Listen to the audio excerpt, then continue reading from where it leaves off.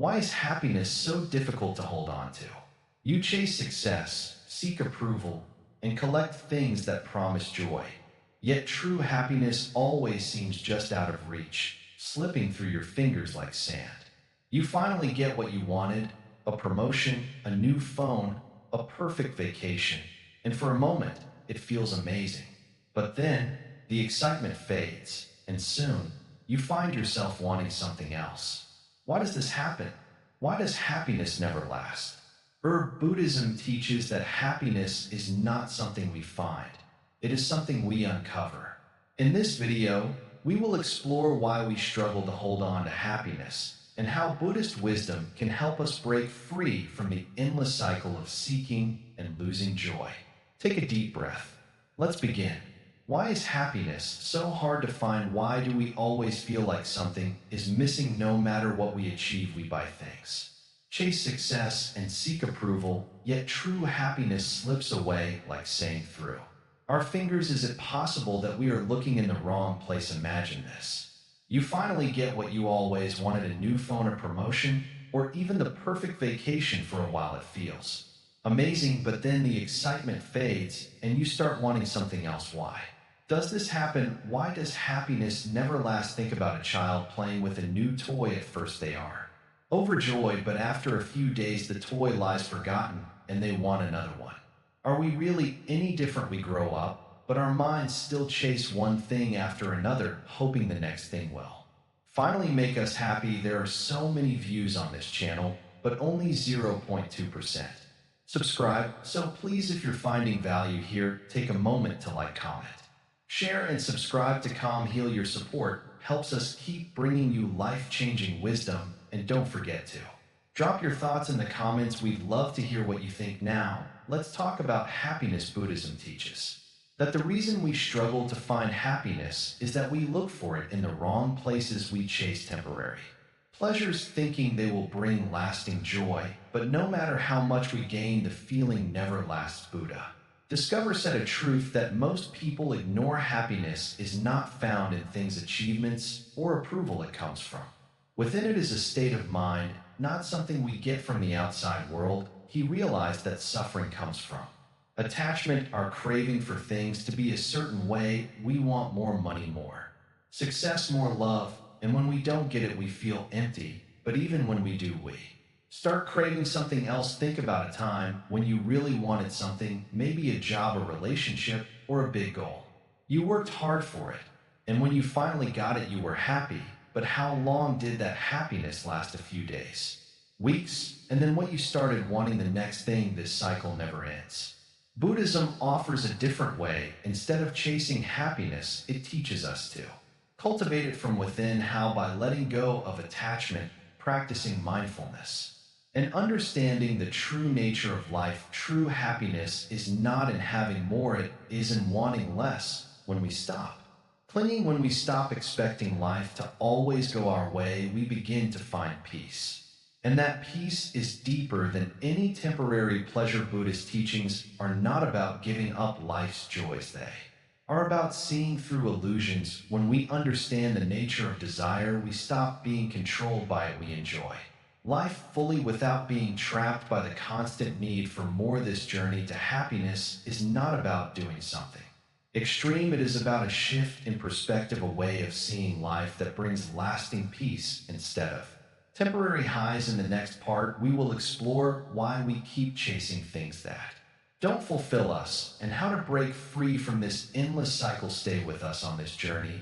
It might just change the way you see life, the illusion of desire, why we chase what won't fulfill us. Sit down, take a deep breath, and ask yourself, why are you never satisfied? Why does happiness slip away the moment you think you found it? You work hard, get what you want, but soon the joy fades and you start chasing something else. Does this cycle ever end? A man once came to the Buddha, troubled and restless. I have everything I wanted, he said, but I still feel empty. Why? Buddha smiled and asked, if a thirsty man drinks salty water, will his thirst go away? The man shook his head. No, it will only make him thirstier. Exactly, Buddha said. Desire is like salty water. The more you drink, the thirstier you become, and this is the truth we often ignore we believe that the next thing, the next job, the next relationship, the next big achievement will finally make us happy, but happiness always runs ahead, just out of reach, like a traveler chasing the horizon we never arrived at. Illusion of more. Think about a time when you got something you really wanted, maybe a new car, a dream house, or a promotion. How long did the happiness last? A few days, a few weeks, and then what, you started wanting something else. This is the trap of desire. We tell ourselves, once I have this, I'll be happy.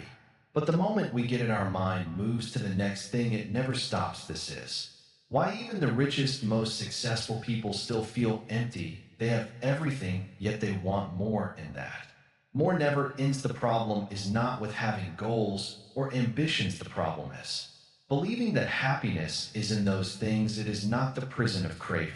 Imagine a dog chasing its own tail. It runs in circles, trying to catch something that is already a part of it.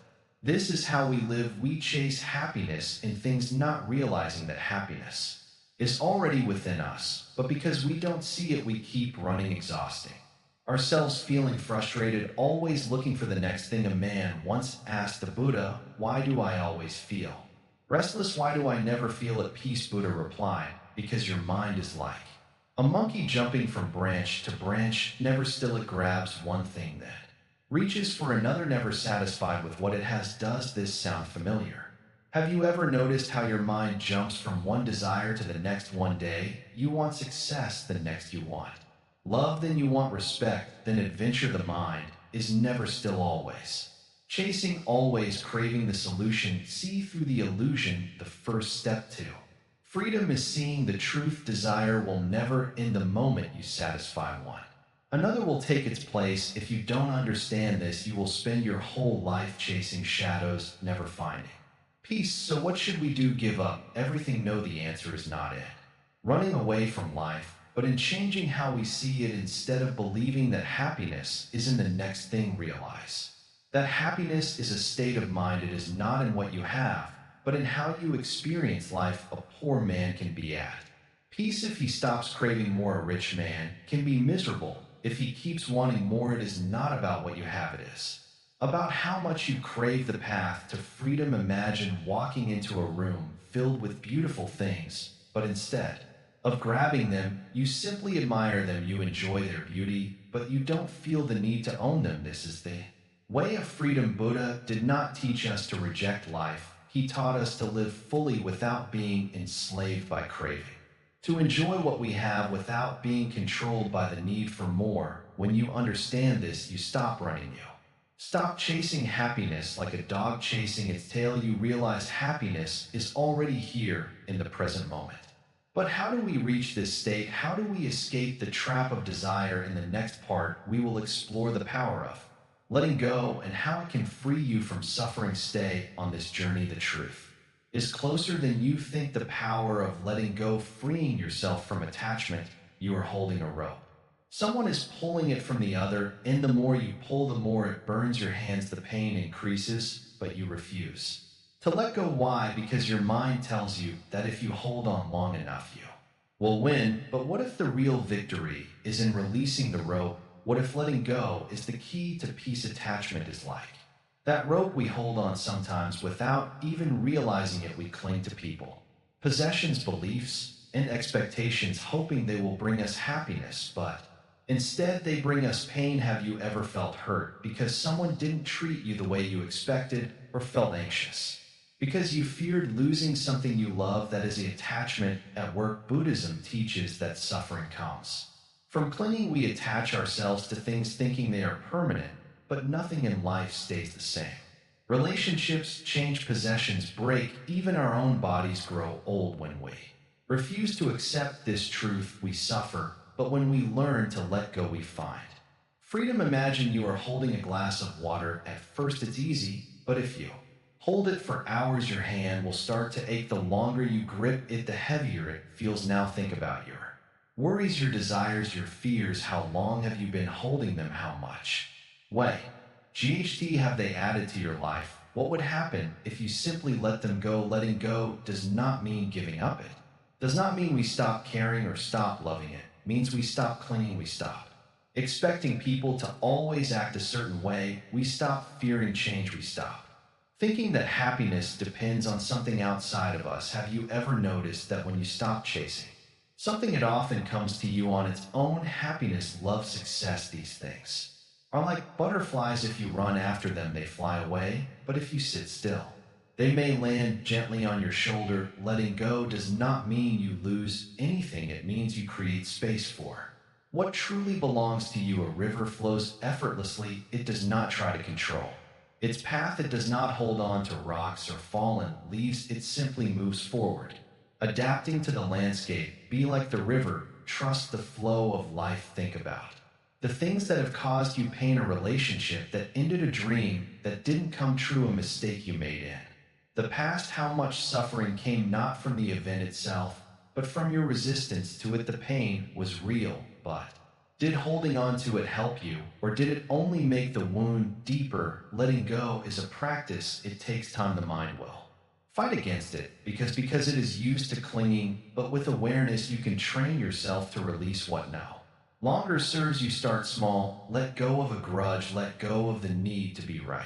Let go of a small fear. Each step makes the next one easier. Close your eyes for a moment. Think about something that has been weighing on you. Now imagine placing it in your hands. See it clearly now. Open your hands and let it drift away like a leaf on a river. How do you feel? Lighter, freer. That is the power of letting go. A tree does not resist the wind, it bends, it sways, but it does not break. Life will bring storms, people will leave, plants will change. Nothing is guaranteed, but when you learn to release your grip, you will no longer fear these changes. You will move through life with ease, just like the tree in the wind. Have you ever tried to hold water in your hands? The tighter you squeeze, the more it slips through your fingers, but when you relax your hand, the water remains. Life is the same. When you force things, you lose them. When you let them be, they stay as long as they are meant to. Think about a time when you let go of something, a person, a belief, an expectation.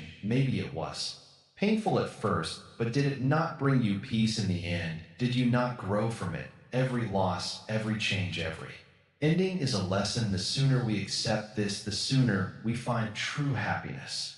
So what can you let go of today? A past regret, a future worry, the need for someone's approval. Choose one thing, release it, and feel the peace that follows. Because when you let go, you don't lose, you gain freedom. Mindfulness, the art of living in the present moment.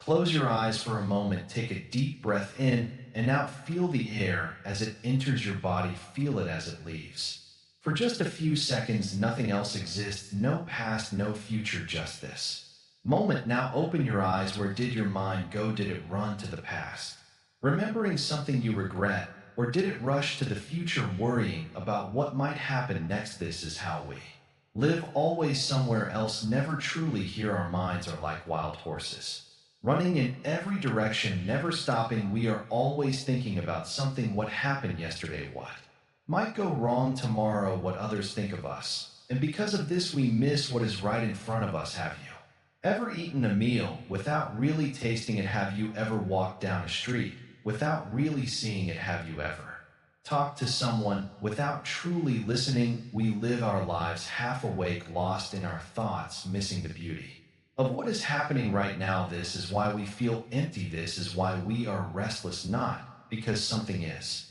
missing from our lives, but because we are missing from our lives. Buddha taught a simple truth: happiness is found in the present moment, not in the past, not in the future, but in the here and now. This is mindfulness, the art of truly living, of being awake in every moment. Think of a cup of tea. If you drink it while scrolling on your phone, your mind is somewhere else. But if you drink it slowly, feeling the warmth, tasting the flavor, noticing the steam rising in that moment, you are fully alive. The tea has not changed, only your awareness has.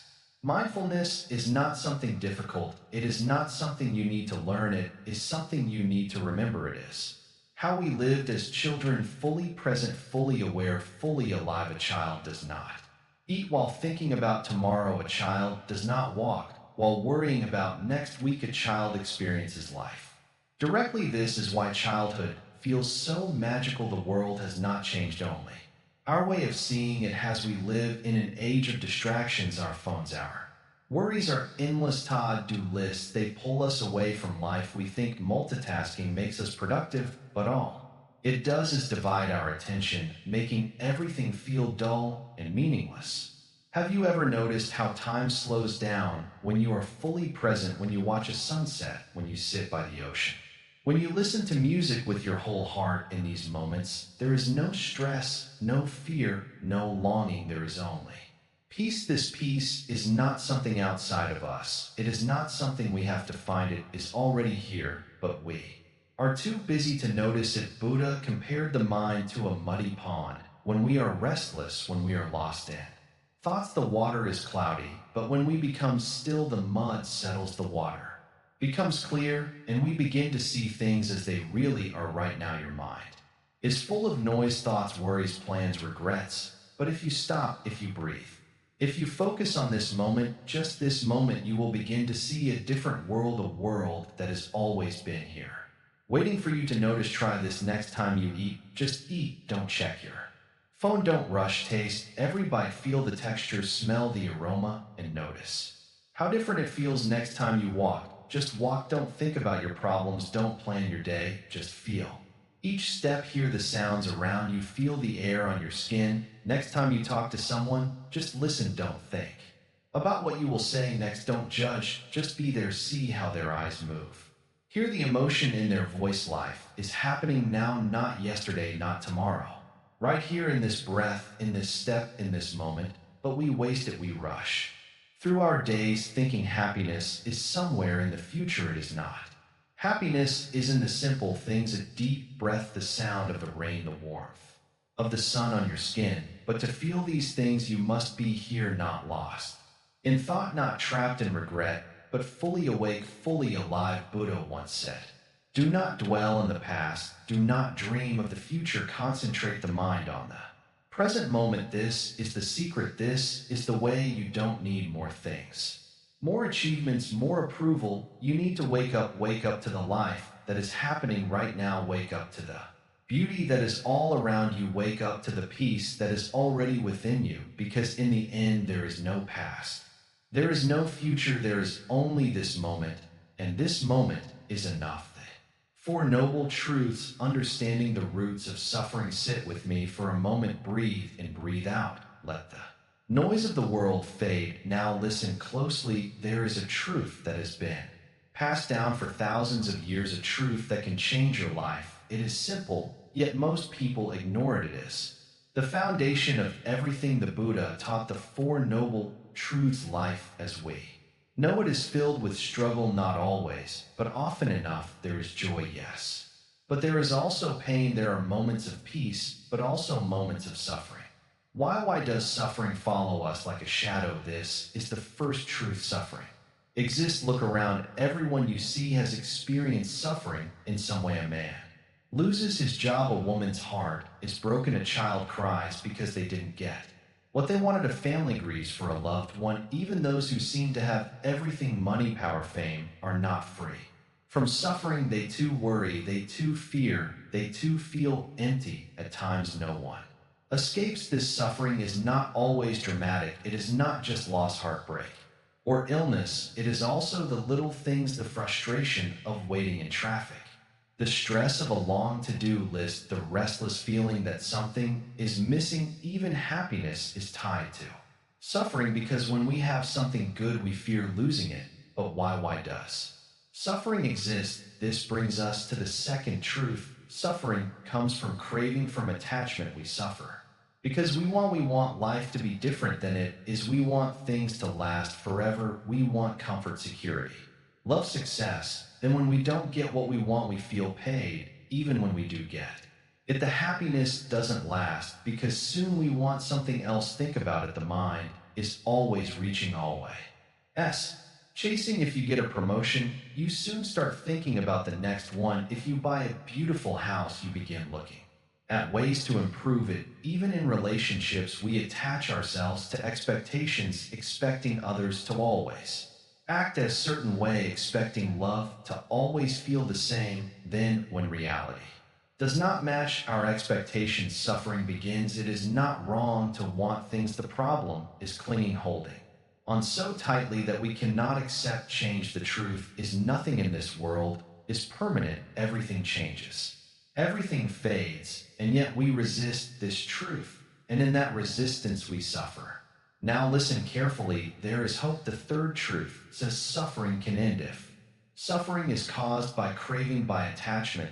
Then freedom comes when we let go. Imagine you are holding a rope, and on the other end something is pulling you, causing pain. You hold on tighter, thinking that is the solution. But what if instead you just let go? The pain would stop instantly. This is the part of Buddhist teaching. When we let go of attachment, we stop suffering. When we stop craving what we don't have and start appreciating of what is, we find peace. It does not mean we stop enjoying life. It means we stop expecting life to always go our way. We stop being controlled by desires, by fears, by the endless cycle of wanting more. Letting go does not mean giving up. It means accepting life as it is. When we stop clinging to what we cannot control, we discover a deep sense of freedom. The storms of life may come, but they do not shake us because we are no longer fighting against them. The fourth truth is the path to this freedom. There is a way to end suffering. This is not just an idea, it is a practice, a way of living. It is called the Eightfold Path, and it is the key to lasting happiness. It teaches us how to live with wisdom, with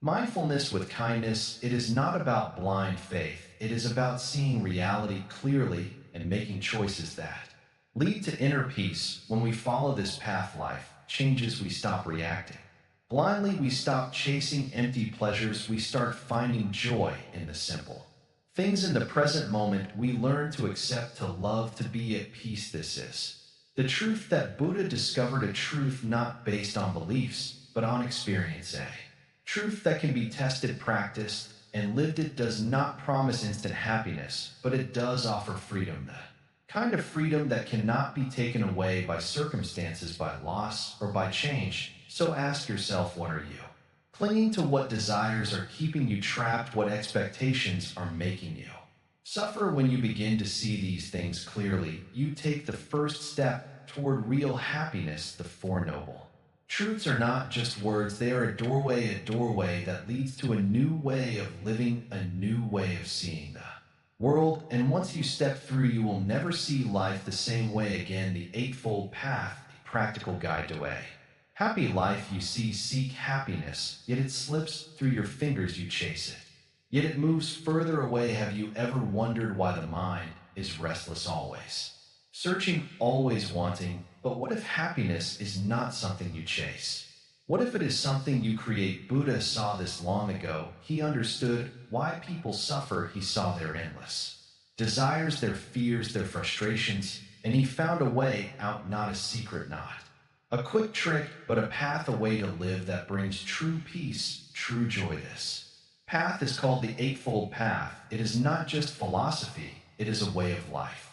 A path you walk step by step to free yourself from suffering. Imagine walking on a narrow road. On one side, there is extreme indulgence, seeking pleasure in every moment, chasing desires, always wanting more. On the other side, there is extreme denial, rejecting life, avoiding all joy, thinking suffering is the only way to wisdom. Neither path leads to true peace. The middle way does. This is what the Eightfold Path is: balance, wisdom, and freedom. But how do you walk this path?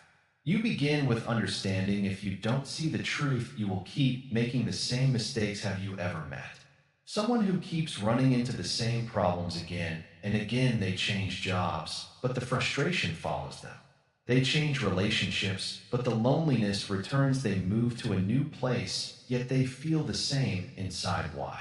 Because they never stop to see clearly. They think the problem is outside, but it is within. When you see clearly, everything changes. You no longer fight against life. You no longer struggle with what you cannot control. You begin to live with wisdom. Then with wisdom comes peace. But wisdom alone is not enough. You must align your actions with your understanding. If you know the fire burns, yet you keep touching it, will your knowledge help you? If you understand kindness is powerful, yet you treat others with anger, will your Understanding change your life. No action matters. Have you ever tried to hold water in your hands? The tighter you squeeze, the faster it slips away. Life is like that. The more you cling, the more you suffer. The Eightfold Path teaches a different way, a way of flowing with life.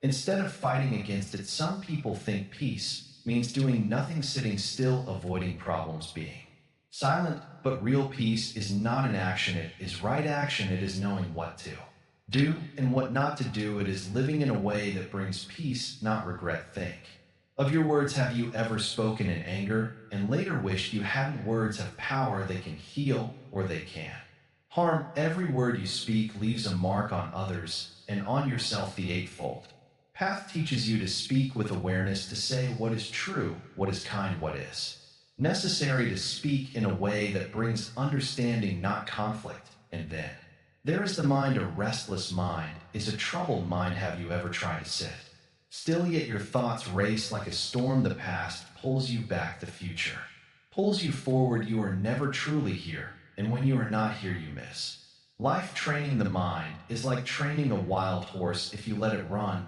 without control, it will throw you off. But if you train it with patience, with care, it will take you where you need to go. The Eightfold Path teaches you how to calm the mind, how to focus, how to let go of distractions, how to live fully in this moment, not lost in yesterday or tomorrow. Many people live like they are asleep.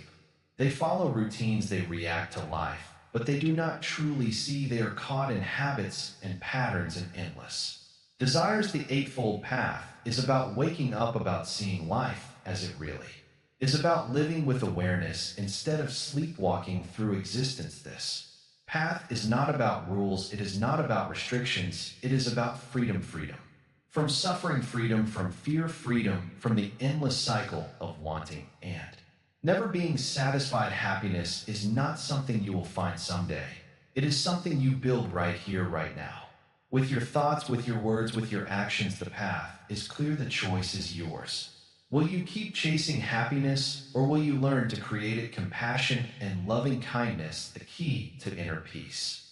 Come closer, listen carefully. Have you ever felt heavy inside, as if something is weighing on your heart? Maybe anger, maybe resentment, maybe a grudge you can't let go of. You smile on the outside, but inside there is a storm. Why does this happen? Why does holding on to pain feel easier than letting it go? Now imagine this: you are holding a hot coal in your hand, ready to throw it at someone who hurt you, but the longer you hold it, the more it burns you. The pain is real, and yet you refuse to drop it. Why? Because anger feels justified. Because the mind whispers they deserve it. But in truth, who is suffering more? You or the person you are angry at? This is what anger does, it burns from within. And yet we carry it. We carry our disappointments, our grudges, our sadness. Like heavy stones in a bag, we refuse to put them down, and we wonder why we feel so exhausted, so restless, so lost. But what if I told you there is another way? A way to lighten this load, not by ignoring the pain, but by transforming it into something else. That way is compassion. Compassion is not just kindness, it is understanding, it is seeing beyond someone's actions and into their suffering. It is realizing that people hurt others because they themselves are hurting. A person filled with peace does not go around spreading pain. Only those who suffer inside make others suffer. Think of a time when someone hurt you deeply. Maybe they betrayed you, insulted you, or treated you unfairly. At that moment, you felt pain, anger, maybe even hatred. But now take a step back. Why did they act that way? Were they happy? Were they at peace? Or were they lost in their own suffering? A person who is drowning does not care who they pull down with them. People trapped in their own misery often spread that misery to others. But here is the secret: you don't have to let their suffering become yours. You don't have to carry their pain inside you. So what do? You choose compassion, not for them, but for yourself. Because when you hold on to anger, you keep the wound open. But when you forgive, when you let go, the wound begins to heal. Does this mean you should let people walk all over you? No.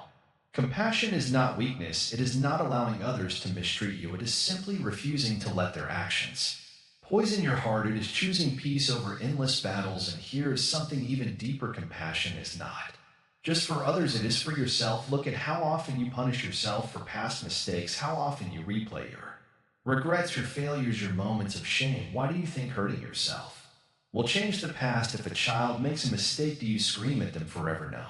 You teach them, you guide them with kindness, then why treat yourself any differently? Why be your own enemy? Be gentle with yourself, forgive yourself, love yourself. Only then can you truly love others. Only then can you give kindness without feeling empty inside. Now let's talk about loving kindness. Imagine standing in front of a mirror, but instead of seeing your reflection, you see the younger version of yourself, the child you once were. Look at their eyes, their innocence, their hope. Would you criticize them? Would you say they're not good enough? No, you would hold them. You would tell them they are worthy, they are loved. This is how you should treat yourself, with that same kindness, that same warmth. And once your own heart is filled with love, it will naturally overflow to others. Buddha taught a simple practice called metta, loving kindness meditation. It is a way to train your heart to be free of hatred, free of anger. You close your eyes, take a deep breath, and repeat these words: may I be happy, may I be healthy, may I be free from suffering. Then you think of someone you love and say, may they be happy, may they be healthy, may they be free from suffering. Then you think of a stranger and say the same words. Then someone who has hurt you, and finally the entire world. At first it feels strange, maybe even impossible, but day by day something changes. Your heart softens, the walls of anger start to break. You start to see people, not just their actions, in you realize that everyone is just trying to find happiness in their own way, even when they make mistakes. Compassion is not just an idea, it is a power that frees you from the prison of anger and hatred, a power that brings true inner peace. The world is full of suffering. You cannot erase all of it, but you can choose not to add to it. You can choose to be a light in the darkness, and that light, no matter how small, will always shine. So today, right now, I ask you, who do you need to forgive? Who do you need to let go of? And most importantly, can you be kind to yourself? Because in the end, truth, happiness is not in holding on, it is in letting go. Impermanence, embracing change, is the nature of life. Everything changes, the seasons shift, the sun rises and sets, and no moment stays the same. Yet we live as if things will last forever. We hold on to people, possessions, and even emotions, hoping they will stay the same. But have they ever think about a river? You step into it feeling the cool water on your feet, but the next moment the water that touched you is already gone, flowing downstream. Life is like that river, always moving, always changing, but instead of flowing with it, we try to hold on, and that is where suffering begins. Have you ever looked at an old photo and felt a deep sense of nostalgia? You remember the moment, the people, the laughter, but then a strange feeling washes over you that time is gone. You can never go back. The people may have changed, you have changed, and no matter how much you wish to relive it, you cannot. This is the nature of impermanence. Nothing stays the same, not our bodies, not our relationships, not even our thoughts. Yet we struggle against this truth. We cling to youth, fearing old age. We hold on to love, fearing loss. We chase happiness, fearing sadness. But what if we stopped resisting? What if instead of fearing change, we embraced it? Imagine a flower blooming in spring. It is beautiful, full of life. But soon the petals start to fall. Does the flower suffer? No, it simply lets go. And when the time comes, it returns to the earth, making way for new life. The flower does not resist change, it flows with it. Now think about yourself. How much pain comes from trying to keep things the same? The people in your life change, some grow closer, some drift away. Your body changes. What you wanted 5 years ago is not what you want today. Even your thoughts and beliefs evolve. So why do we resist something that is natural? Imagine holding a handful of sand. If you grip it tightly, trying to keep it all, it slips through your fingers. But if you hold it gently with an open palm, it stays. Life is the same. The more we try to hold on, the more we lose. But when we accept change, we find peace. Some people fear impermanence because they think it means losing what they love. But look deeper.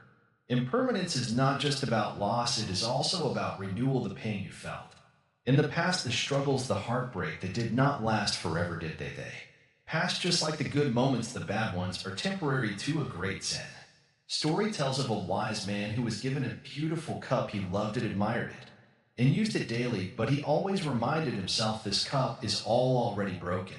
Not because it was damaged, but because one day it would break, and when it finally did, he did not suffer. He had already accepted its fate. What if we lived this way? What if instead of pretending things would last forever, we Cherish them while they were here, knowing they would one day be gone. Wouldn't that make life more precious? When we truly understand impermanence, fear fades away. We stop worrying about the future because we know everything is temporary. Pain will pass, joy will pass. And that is okay. We begin to live fully in the present, appreciating what we have instead of fearing what we might lose. Think about a sunset. You know it will not last forever, but do you cry as the sun goes down? No, you enjoy its beauty. While it is there, you watch as the colors fade, knowing that tomorrow the sun will rise again. Life is just like that sunset, always changing, always moving, always renewing. Many people waste their lives chasing things that will not last. They seek wealth, thinking it will make them happy forever. They chase beauty, trying to freeze time. They cling to people, afraid of being alone, but in the end, nothing stays the same, and that is not something to be sad about. It is something to be grateful for. Because of impermanence, we can grow. Because of impermanence, pain does not last. Because of impermanence, every moment is unique and special. When we accept this, we stop fighting life, we stop fearing loss, and we start truly living. So the next time you feel sad about something changing, remember this too shall pass, just like the seasons, just like the waves in the ocean, just like every breath you take. Nothing is permanent, and that is what makes life beautiful. Ego and self-identity, the barrier to true happiness. Sit down, breathe, let me ask you something. Where you are you, your name, your job, your achievements, or are you something deeper? From the moment we are born, we are given a name, a role, a place in the world. We are taught who we are, what we should do, and what success looks like. But what if I told you that this identity you hold so tightly is the very thing keeping you from true happiness? Look at a river, it flows, always moving, never the same from one moment to the next. Now the enemy try to grab a handful of that water and hold on to it. The tighter you squeeze them, faster it slips away. This is what happens when we cling to our ego, our idea of self. The more we try to define who we are, the more we suffer. Think about it. How many times have you been hurt because someone didn't respect you? How often do you feel angry because someone questioned your intelligence, your abilities, your worth? The ego takes every insult personally. It needs to be right, it needs to be admired, and when it doesn't get what it wants, it suffers. But here's the truth: this self that we defend so fiercely is just a collection of thoughts, memories, and labels. It is not real, it is not solid, it is not permanent. It is like a shadow on the ground there, but not truly. You imagine a man walking through the marketplace. Someone insults him. If he is ruled by his ego, he gets angry, fights back, and carries that anger all day. But if he has let go of his ego, he simply smiles and walks on. The insult does not touch him because he does not see himself as something that can be harmed by words. The ego is fragile. It constantly needs to prove itself. It feeds on praise and fears criticism. It makes us compare ourselves to others. Am I better? Am I worse? Am I important? But happiness does not come from proving yourself. It comes from being free. Think about the last time you were truly happy. Were you worried about what others thought, or were you lost in the moment? Simple. Why being? When we forget ourselves, when we lose our self-consciousness, we feel light, peaceful, alive. That is the state beyond ego. But how do we free ourselves from this false identity? First, we must see it, observe how the ego reacts to things.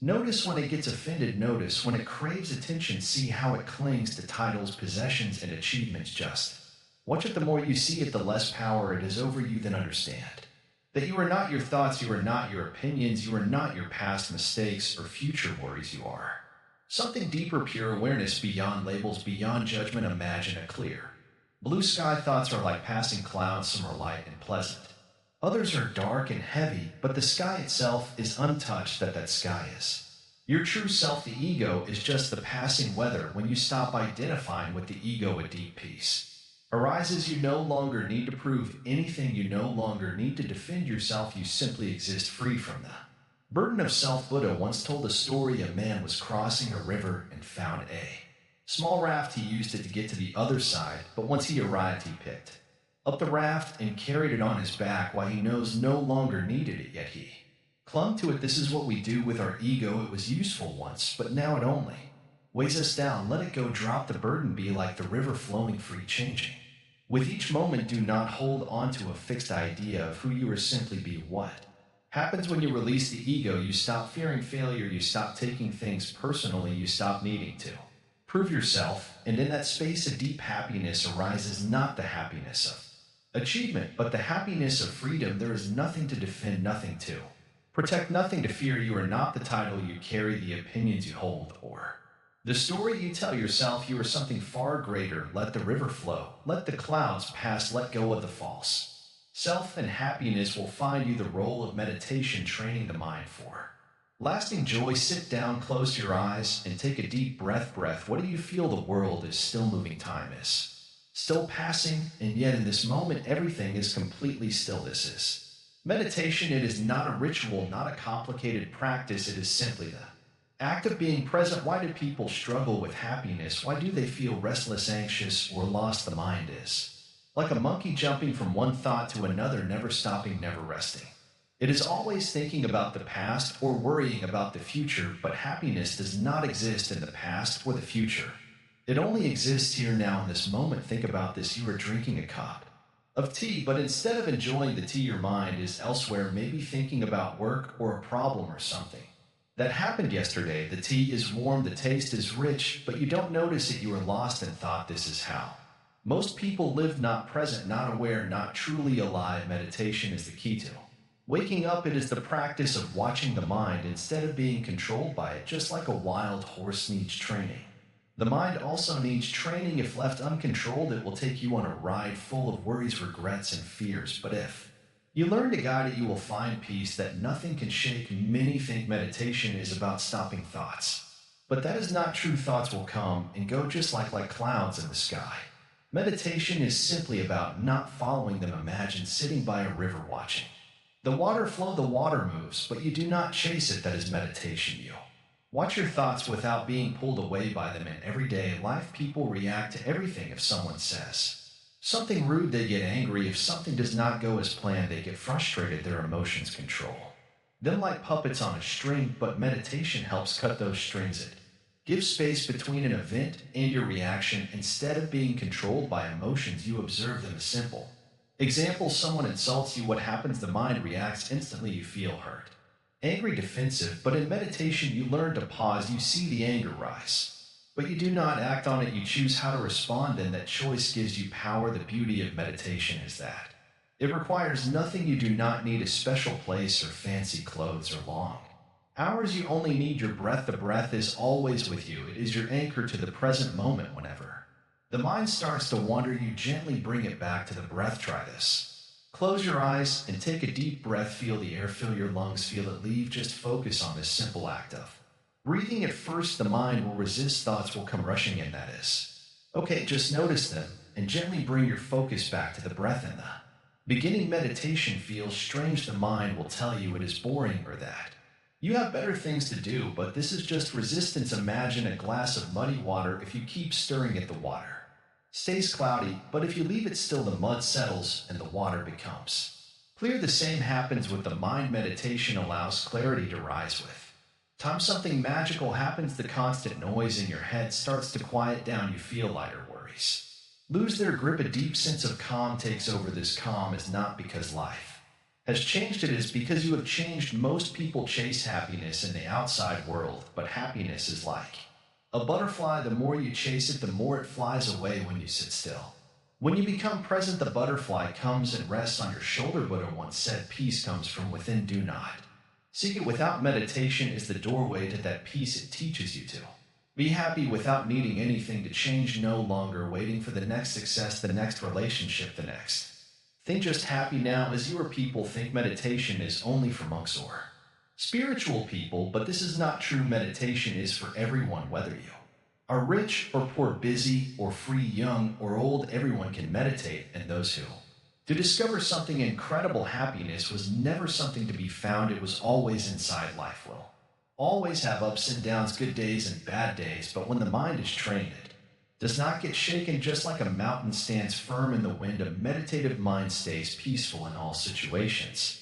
The world is full of noise, distractions, and endless desires, but there is another way, a way to live calmly, clearly, and deeply. That way is meditation. If you want happiness that lasts not just for a moment, but for a lifetime, then sit, breathe, and watch your mind. That is where true peace begins. Balancing simplicity, the middle way to fulfillment. You seek happiness, but you are pulled in different directions. One moment you think success will make you happy, the next you crave peace and wish for a Simple life, you try to work hard, but then you feel burned out. You try to relax, but then you feel guilty for not doing enough. Do you ever wonder where's the balance? Many people live like a boat, caught in a storm, tossed between extremes. They chase pleasure, then feel empty. They run after success, then long for rest. They push themselves too hard, then collapse from exhaustion. They swing between too much and too little, never finding peace. Buddha saw this struggle.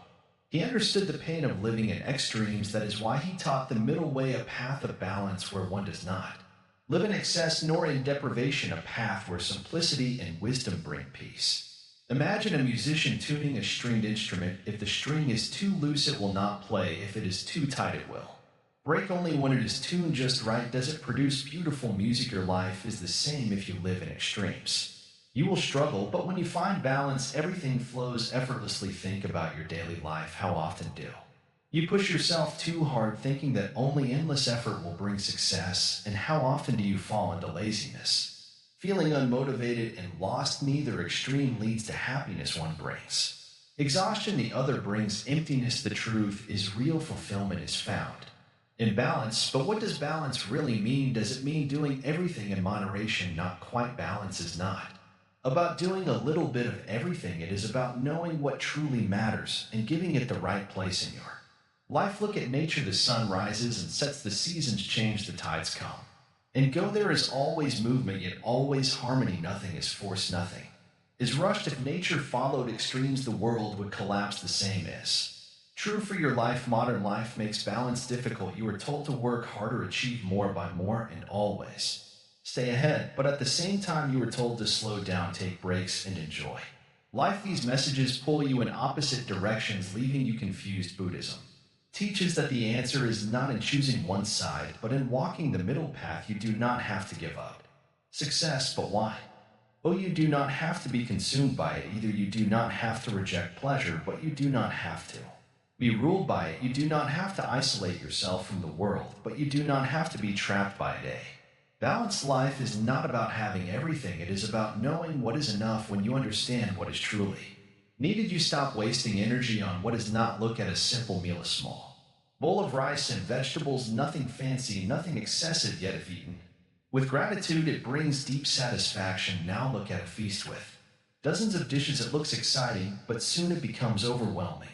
The stomach feels heavy, the mind feels dull, and soon the pleasure of eating is lost. More is not always better. The same applies to life. More work does not always bring more success. More possessions do not always bring more happiness. More entertainment does not always bring more joy. There is a point where more stops helping and starts hurting. The secret to balance is simplicity. Simplicity does not mean giving up everything. It means clearing away what is unnecessary so that you can fully enjoy what truly matters. It means choosing quality over quantity, depth over distraction, presence over pressure. Think about your mind. A cluttered mind filled with worries, regrets, and endless desires cannot find peace. But when the mind is clear, when it is not burdened by too much, it becomes light, free, and joyful. Simplicity is powerful. A simple moment of stillness, watching the rain, can bring deep peace. A simple conversation with a loved one, free from distractions, can bring deep joy. A simple act of kindness done with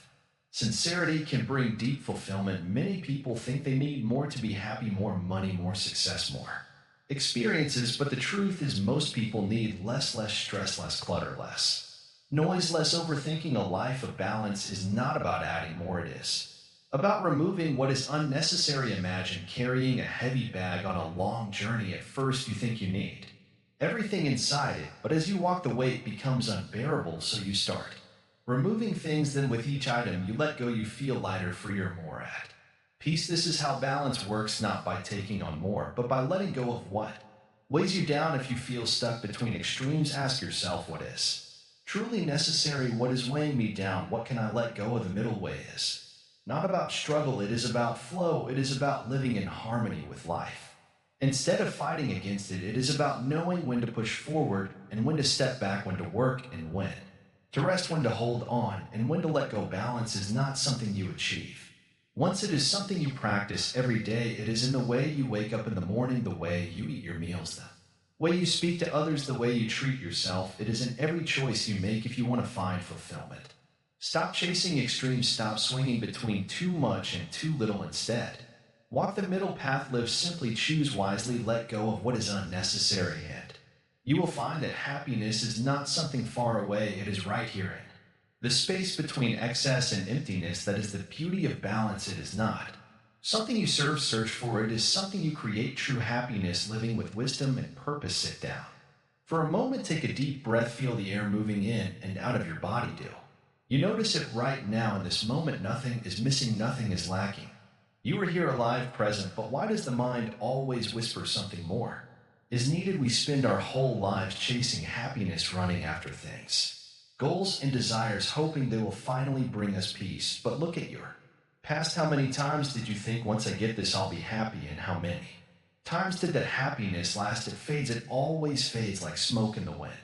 Buddha saw this, he understood the game we play, the endless cycle of wanting, getting and wanting again. He saw how we tie our happiness to things that will never last: money, success, relationship, ships, even our own identities. They all change, and when they do, we suffer. So, what is true happiness? What is the secret we've been missing? It is not found in more, it is found in less attachment, less resistance, less chasing after what is already slipping through our fingers. Happiness is not something you find, it is something you realize. It has been with you all along, hidden under layers of craving, fear, and illusion. Imagine the sky covered by clouds. You think the sun is gone, but the sun was always there, it never left you.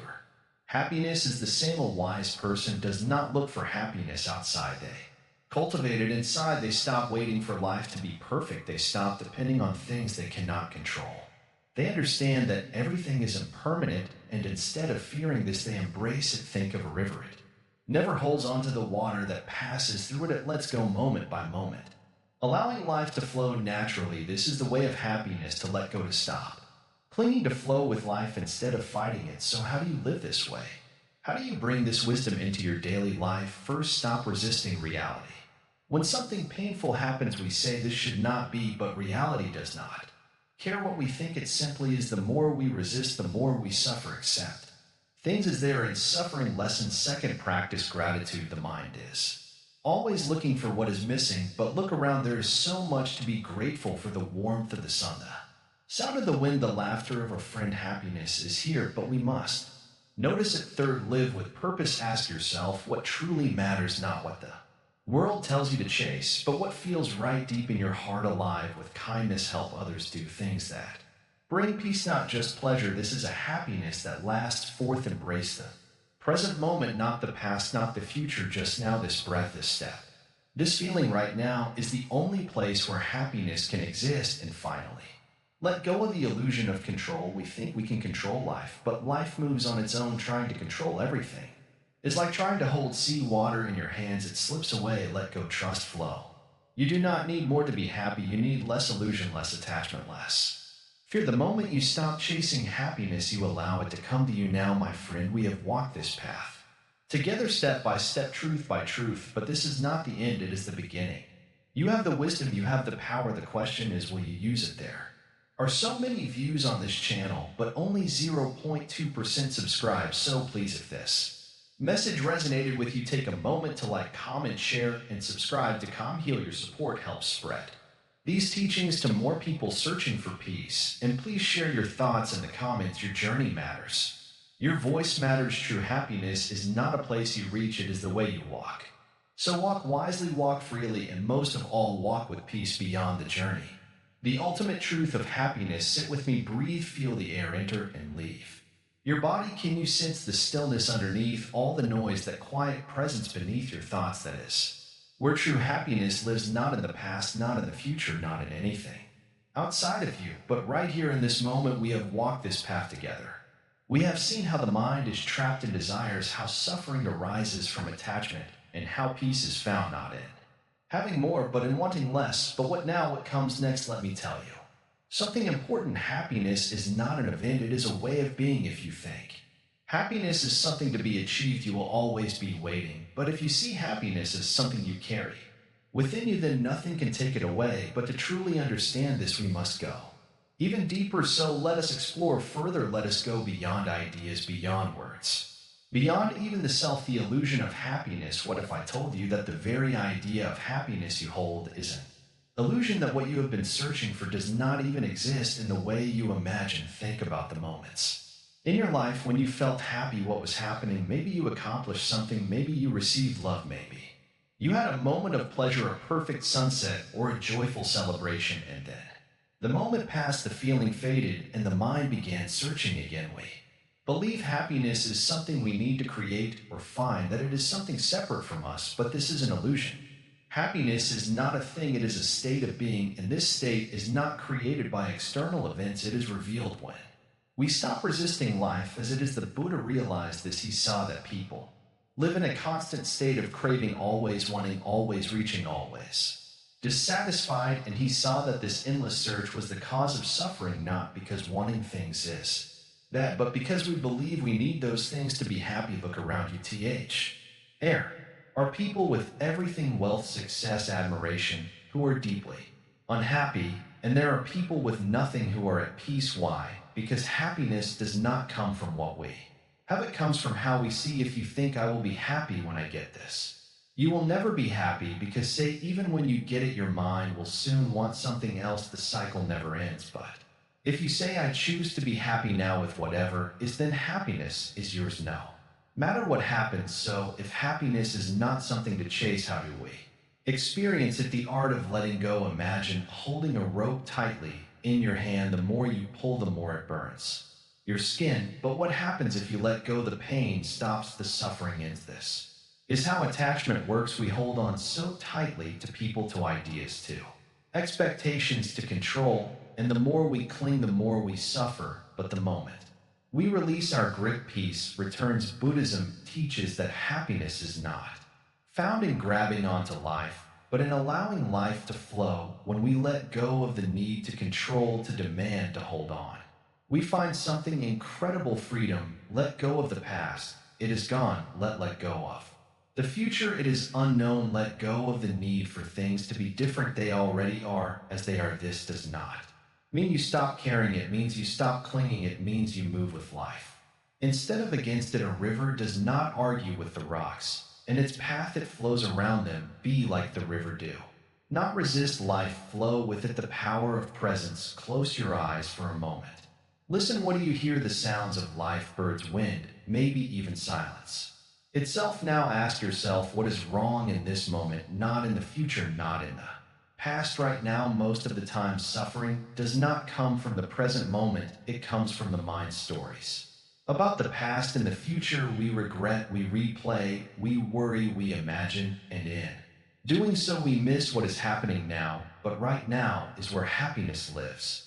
Not in the next achievement, not in tomorrow's plans, not in yesterday's mistakes, only in this breath. The more present you become, the less suffering you experience. Why? Because suffering lives in time, but peace lives in the present. Try this every day. Stop for a few moments, feel the air on your skin, listen to the sounds around you, look at the details of life. This is where happiness is found, not in big events, but in small moments of presence. The middle way, finding balance in life.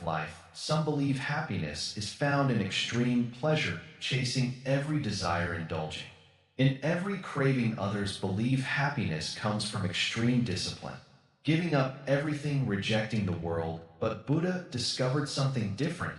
He called it the middle way. It is not about excess, it is not about denial, it is about balance. Enjoy life, but do not cling to it. Work hard, but do not become a slave to success. Love deeply, but do not depend on others for your happiness. Live in harmony, walk the middle path. This is the way of lasting peace, the ultimate truth. There is no you to be happy or unhappy. Now, let us go deeper, beyond happiness, beyond suffering. Who are you? Are you your body, your thoughts, your name, your memories? If you sit in stillness and look, you will see something strange. The self you think you are is only a tie-in of thoughts, and when thoughts settle, something else appears. Pure awareness, beyond identity, beyond ego. When you realize that the self is an illusion, suffering disappears, because there is no you to suffer. There is only life flowing, unfolding, happening. This is the ultimate freedom, not only freedom from suffering, but freedom from the one who suffers. When the mind lets go of the Illusion of self-only peace remains a peace that is not dependent on anything, a happiness that is not based on conditions. This is enlightenment, not something mystical, but something incredibly simple, seeing reality as it truly is. Final words: happiness is your natural state. Happiness is not something you achieve, it is something you remember. It has been with you all along, buried beneath thoughts, fears, and desires. When you stop chasing, when you stop clinging, when you simply allow life to be, happiness rises on its own like the sun, emerging from behind the clouds. So the question is not how do I become happy? The question is what is blocking my happiness right now? Look within. The answer has always been there. Walk wisely, live freely, and most of all, be at peace. You have spent years searching for happiness, chasing it, grasping at it, hoping the next thing will finally make it last. But Buddhism reminds us that happiness is not found in things, achievements, or approval. It is a state of being. It is not something to chase, but something to realize. When we stop clinging, when we let go of the endless desire for more, we begin to experience true peace, the kind of happiness that does not fade. Rocket, there is more to explore. Visit Calm Heal to continue your journey toward mindfulness and inner peace. If this message speaks to you, like, comment, and subscribe to Calm Heal for more reflections on self-discovery. Speech balloon: what is one thing you once believed would make you happy, but didn't? How has your perspective on happiness changed? Share your thoughts in the comments below.